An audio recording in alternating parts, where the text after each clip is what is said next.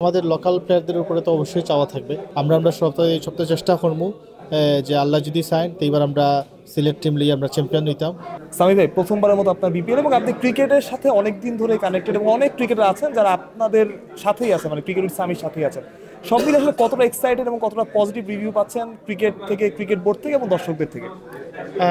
Thank you first of all আপনার question করার জন্য। আমরা এক্সাইটেড বিপিএলের পার্ট হতে পেরে।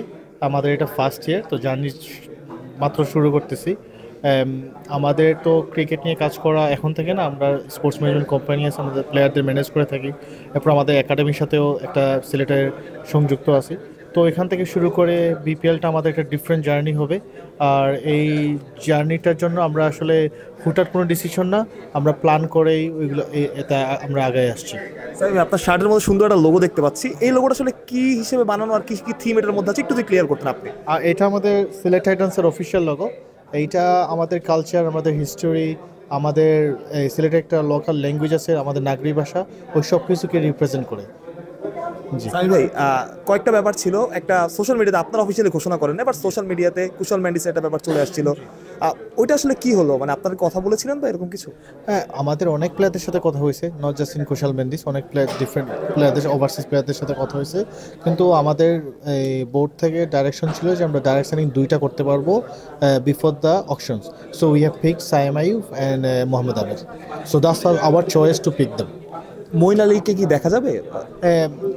We've not signed any contract with them, but we've not cancelled any decision either. তো আমাদের এটা এখনো নেগোসিয়েশনে আছে। এটা availability will make a huge impact on our decision.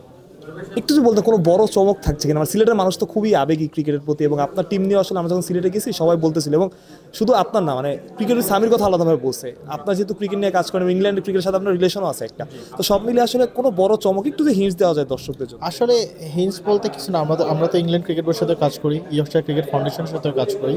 তো আমরা কালকে অকশন শেষ হওয়ার পরে টিম ম্যানেজমেন্ট কীভাবে টিমটাকে সাজায় ওইটার উপরে ডিপেন্ড করে হয়তো টিম ম্যানেজমেন্ট বা আমাদের আইকন প্লেয়ারদের কোনো ডাইরেকশন থাকবে, তখন কোনো ডিসিশন নেওয়া যাবে যে কীরকম আমরা প্লেয়ার চাচ্ছি। এখন আসলে কারোর নাম বলার মতো পজিশন এখনও নাই, অকশন শেষ হলে বোঝা যাবে। জাকির আলী অনেক আপনার সিলেটের ছেলে, তানজিম সাকিবও আছেন, তাদের প্রতি একটা আপনাদের একটা থাকবে কিনা, চাওয়া থাকবে কিনা যে নেওয়ার জন্য, যেহেতু লোকাল তারা? আমাদের লোকাল প্লেয়ারদের উপরে তো অবশ্যই চাওয়া থাকবে, ওরা সিলেট থেকে। আর আমরা যদি ওনাদেরকে কোনো প্লেয়ার, সিলেটের যে কোনো প্লেয়ারকে যদি আমরা ইনক্লুশন করতে পারি, ওটা আমাদের জন্য যেরকম গর্বের হবে, আমরা মনে করি ওনারাও সেরকম এক্সাইটেড থাকবে সিলেটের হয়ে খেলার জন্য। স্পেসিফিকলি কোনো নাম এখনো ডিসাইড করে নেই, আমরা জাস্ট একটা প্রি অকশন ব্রিফ হলো, আমরা আইডিয়া পাইলাম যে আমাদের কী করতে হবে। ইনশাল্লাহ আমরা এখন হোটেলে গিয়ে টিম ম্যানেজমেন্টের সাথে বসবো এটা নিয়ে। ওমর জানের নামটাও শুনেছিলাম, ওটা কি কথাবার্তা চলতেছে এখন? এইটা এখনও আমাদের টিম ম্যানেজমেন্ট এখনো ডিসিশন নেই যে কাকে কাকে নিতে চাচ্ছে। তো ওইগুলো ডিসিশন হওয়ার পরে বোঝা যাবে যে আমরা কাকে চাচ্ছি। একটু দর্শকদের কাছে সিলেটি ভাষায় বলবেন, সমর্থন চাবেন কিনা যে আমি এটা সিলেটি ভাষায় বলবো, সিলেট এটা আপনারা টিম, ইনশাল্লাহ আপনারা মাঠও আইবা, সিলেটের সাপোর্ট দিবা। আমরা সিলেট চ্যাম্পিয়ন হইতাম পারছি না, এটা আমরা একটা আক্ষেপ আছে। আমরা সপ্তাহে চেষ্টা করবো যে আল্লাহ যদি চান তো এবার আমরা সিলেট টিম লিয়ে আমরা চ্যাম্পিয়ন নিতাম। সিলেটের মানুষের এটা আমরা প্রেজেন্ট দিতাম, সেরকম গিফট দিতাম। সেরকম সবসময় একটা থাকে, এক্সাইটমেন্ট থাকে, জার্সি, গান, থিম সং, এইভাবে নতুনত্ব দেখা যাবে কিনা সিলেটে? অনেক কিছু রেডি হচ্ছে, তো দেখা যাবে ইনশাল্লাহ। বাট জার্সিতে আমাদের চেষ্টা থাকবে যাতে আমাদের সিলেটের কালচার, হিস্টোরি এগুলো যাতে প্রাধান্য পায়। Thank you. Thank you.